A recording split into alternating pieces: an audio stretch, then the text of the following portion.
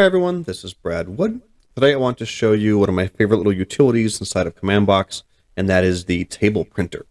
The table printer is covered in our documentation here, and it's basically a little utility that you can pass all sorts of different types of tabular data to, and it will create a little UI ASCII art table on the screen out of that data.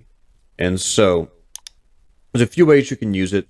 The first way you can use it is it's baked into the print helper, which is made available to task runners and custom commands, and that accepts the data you want to print, which can be an array of arrays, it can be an array of structs, it could be an array of simple values, it could be a query object, it could be a JSON serialized version of any of the above. You can include what columns you want to print, and you can also override the names of what the columns are. So you can have quite a bit of control. And then there's a nice little debug option that'll kind of just describe the data you're dealing with if you're working from the command line. Because if you're working with a large chunk of JSON, it can be difficult to visualize sometimes. So the first quick little example, I have a task runner prepared here, and copy and paste this guy from the docs. Here we have printTable. My data is just an array of arrays, Brad Wood, Luis Mahano, Gavin Pickin, and then I'm telling it what header names I want, so I don't get kind of ugly default header names. Actually, let me show you with just the data, and you'll see what it does. So if I run the task, it outputs the data, but it just says call 1, call 2, which is a little ugly. So if I uncomment the header names row, we can see now it knows I want the headers to be called first name, last name. Pretty straightforward. Another example, which outputs the same table at the end of the day, but this just uses an array of structs. Here we have an array, and we have a struct that has a first name and a last name key, and this outputs the exact same table. Now, it's also worth noting in this example, I can actually get rid of the header names because these structs are sort of inherently descriptive of what the column names are based on the key names. So even without that column names parameter, the table printer will still figure out first name and last name is what I want to call those. And then finally, I have the exact same data again, but inside a query object.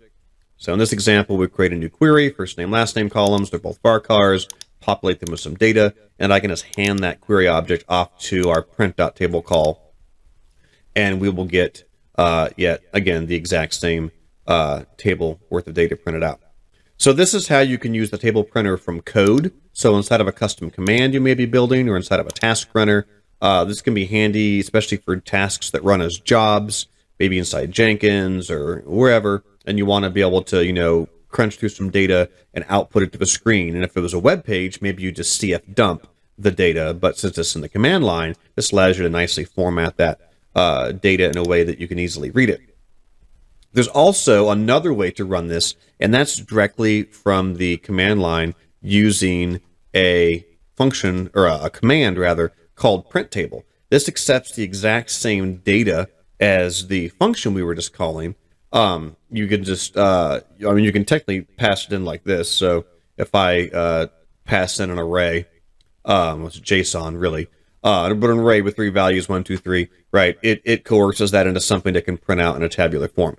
Now, usually with the printTable command, we're piping in JSON of some sort. Again, array of arrays, array of structs, JSON serialized query, doesn't matter where the JSON comes from.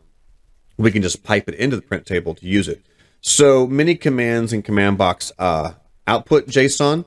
One that I like to play with is actually just a built-in ColdFusion function called extension list. This is part of Lucy, and this is just built into the ColdFusion language. And when you call it, you get a query object, actually.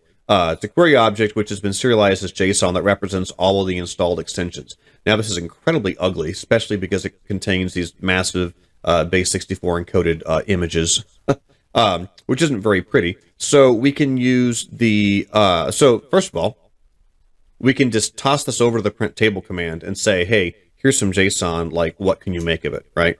And so right off the bat, we get something that's much more manageable.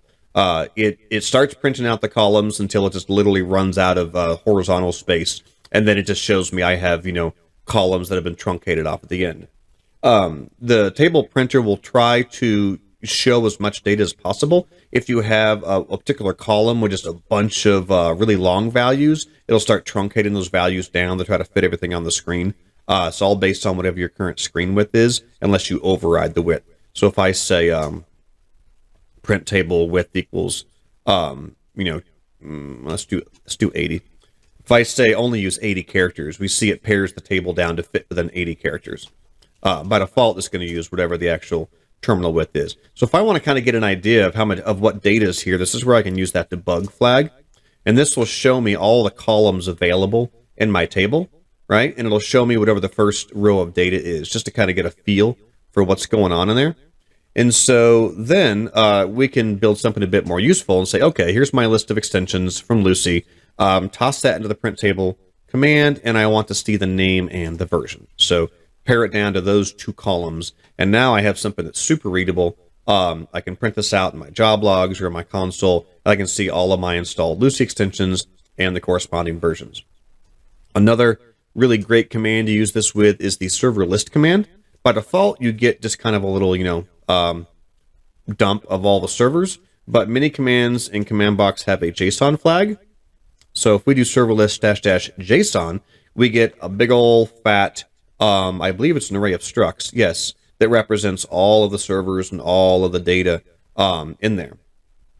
So again, we can toss this into the printTable command, and here is our table, but you can see it only had enough room for the very first column, the access log path, and we're out of space. So we can go back, use our debug flag, say, okay, what kind of data is in here, right? We can see there's a whole bunch of columns all available. So every single server in CommandBox has all of this details. And so I'm going to copy and paste this example. We can wind up with something like this: server list --JSON piped into printTable, and let's see the name, port, heap size, CF engine status, and engine version. So here we go. This is much more manageable. Here are a list of all of my servers locally with the columns that I've deemed the most useful.